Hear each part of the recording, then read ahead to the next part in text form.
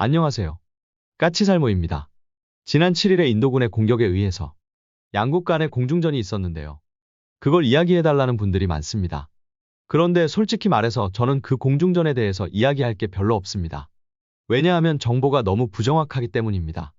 우선 지금 인도에 전투기 5대가 격추되었고 그 중에서 3대는 라팔이라는 소식이 크게 다루어지고 있지만 그건 그냥 파키스탄 국방부의 일방적인 주장에 불과합니다.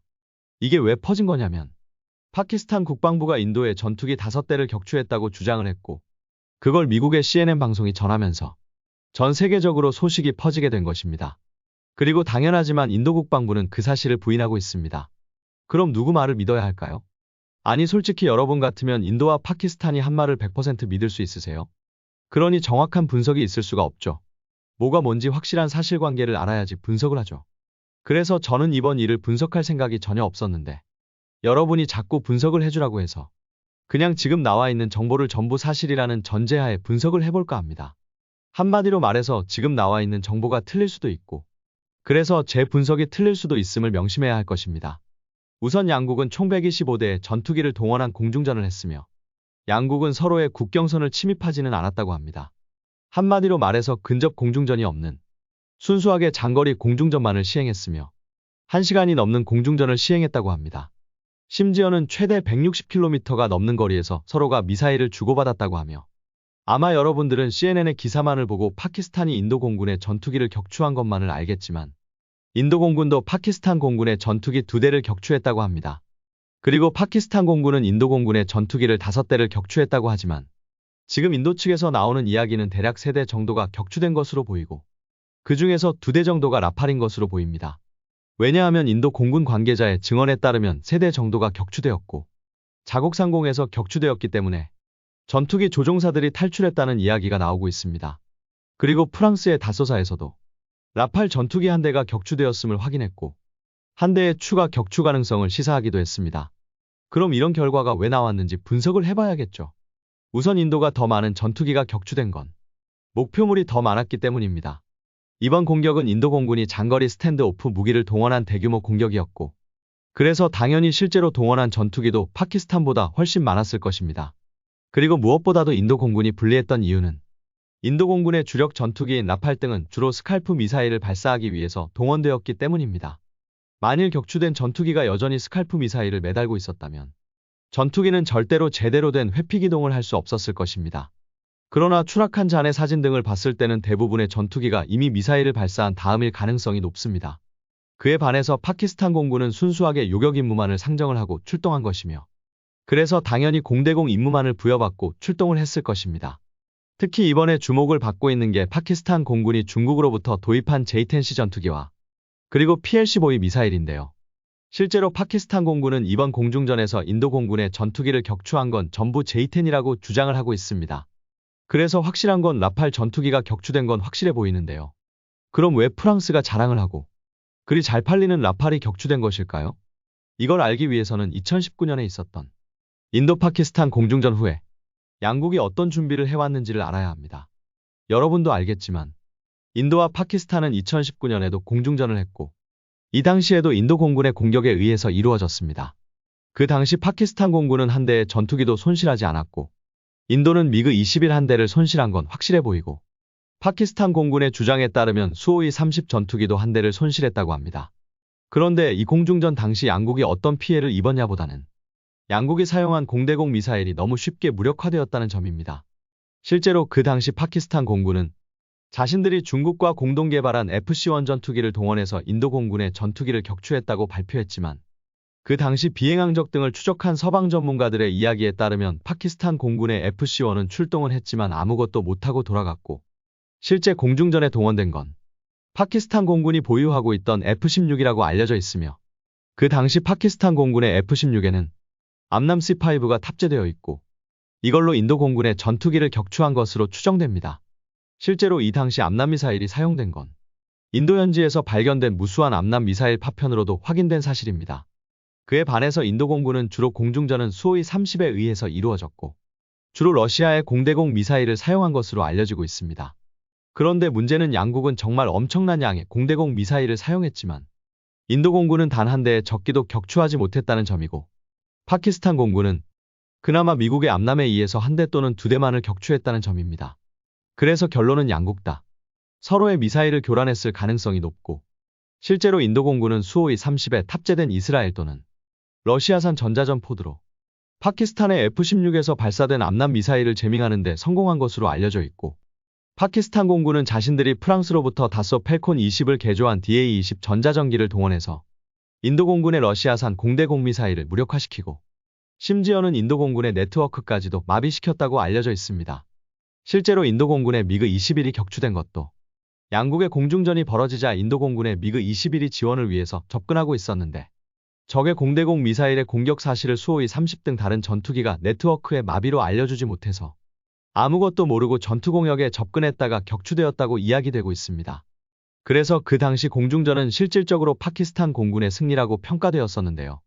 문제는 그 당시 공중전 이후의 각국의 대응과 양국의 대응입니다. 우선 양국의 전투기는 각각 서방과 공산권을 대표하는 공대공 미사일을 사용했고, 그 미사일들이 너무 손쉽게 제밍될 수 있음을 보여줌으로 인해서 이 미사일들의 신뢰도가 급격하게 떨어지게 됩니다. 그리고 파키스탄 공군은 자신들이 중국과 공동으로 개발한 FC-1 전투기가 적의 전자전에 얼마나 취약한지를 알게 되었고, 그래서 파키스탄 공군이 요구한 게 수출형 전투기인 FC-1이 아닌 바로 중국군이 운용하고 있던 J-10 전투기입니다. 그래서 파키스탄 공군은 2022년부터 J-10 전투기 25대를 순차적으로 도입해서 운용하고 있고, 그러면서 PL-15 미사일도 J-10과 같이 도입하게 됩니다. 그럼 인도는 2019년 이후에 어떻게 준비를 하고 있었을까요? 우선 인도와 파키스탄의 경제 규모는 엄청나게 크게 벌어져 있습니다.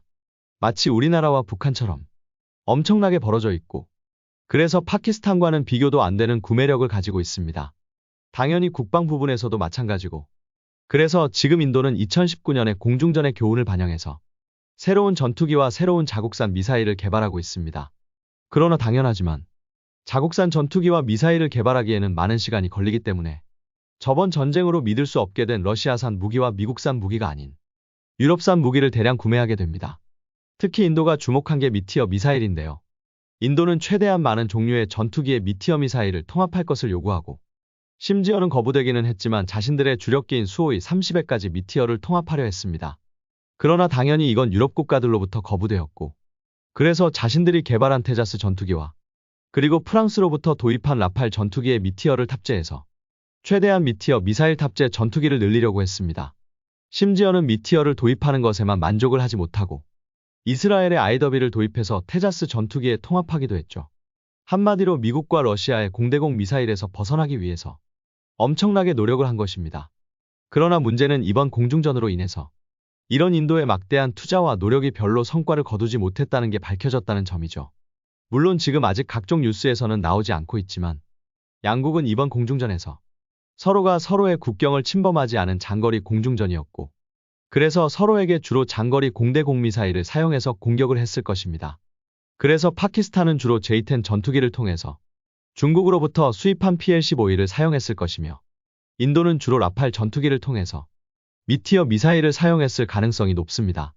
물론 지금 아직 인도 측에서는 미티어의 사용이 확인되고 있지 않지만, 인도가 가진 장거리 공대공 미사일은 수호이 30의 러시아산 공대공 미사일과 라팔에서 운용하는 미티어이고, 이미 러시아산 공대공 미사일은 2019년에 적의 제밍의 무력함이 밝혀진 상태이기 때문에 아마 주로 라팔 전투기에서 미티어를 사용했을 거라고 봅니다. 물론 라팔 전투기에서는 미티어뿐만 아니라 미카 미사일도 운용하고, 당연히 인도 공군도 미카 미사일을 사용하지만 미카는 최대 사거리가 80km로 이번 공중전에는 그리 적합하지는 않았을 거라고 봅니다. 그래서 그럼 이 두 미사일 PL-15와 미티어의 성능을 비교해야 하는데요. 미티어는 세계 유일의 덕티드램제트 방식의 미사일이고, 그래서 전투기급 목표에 대해서는 최대 사거리가 200km에 달한다고 알려져 있습니다. 그럼 PL-15E는 어떠할까요?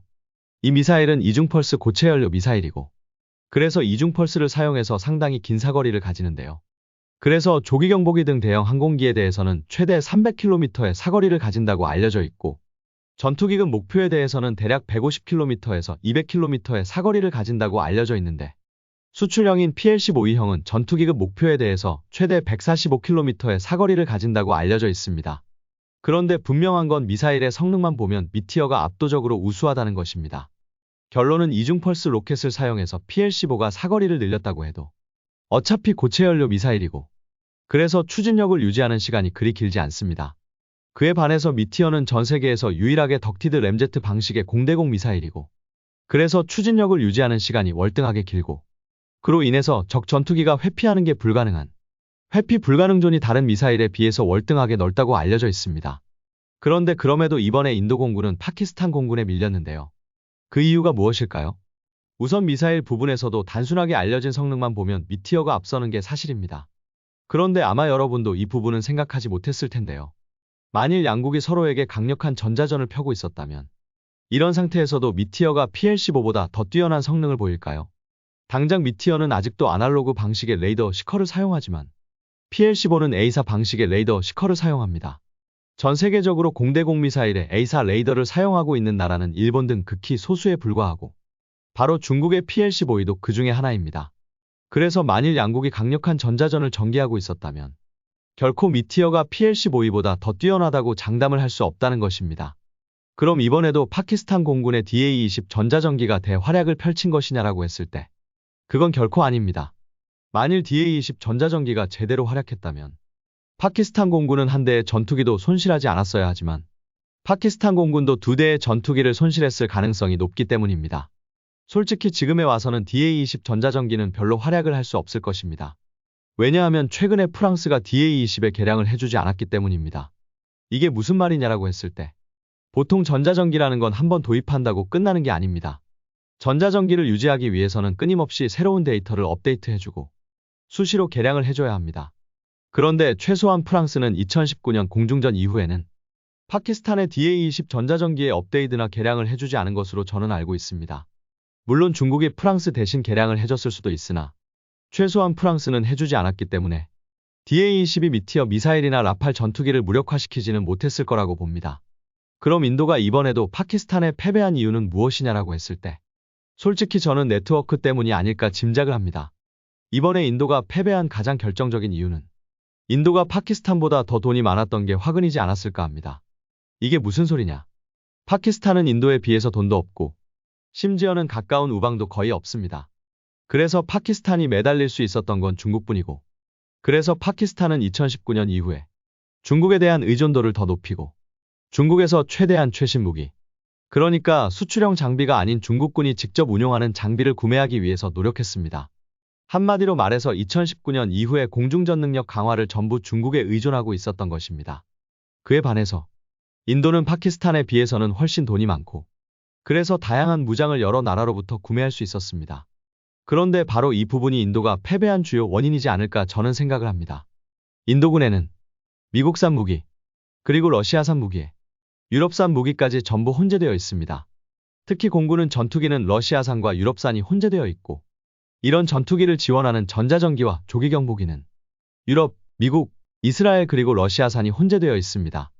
그래서 저는 그전부터 이런 인도군의 모습을 보고, 이게 과연 서로 네트워크의 통합은 어떻게 하지 하고 항상 궁금했습니다. 이게 과연 통합이 될 것인가가 항상 궁금했습니다. 실제로 우리나라는 지금 미국의 링크 16을 주력으로 운영하고 있고, 거기에 링크 K를 도입하려 하고 있습니다. 솔직히 저는 이것도 상당히 불안합니다.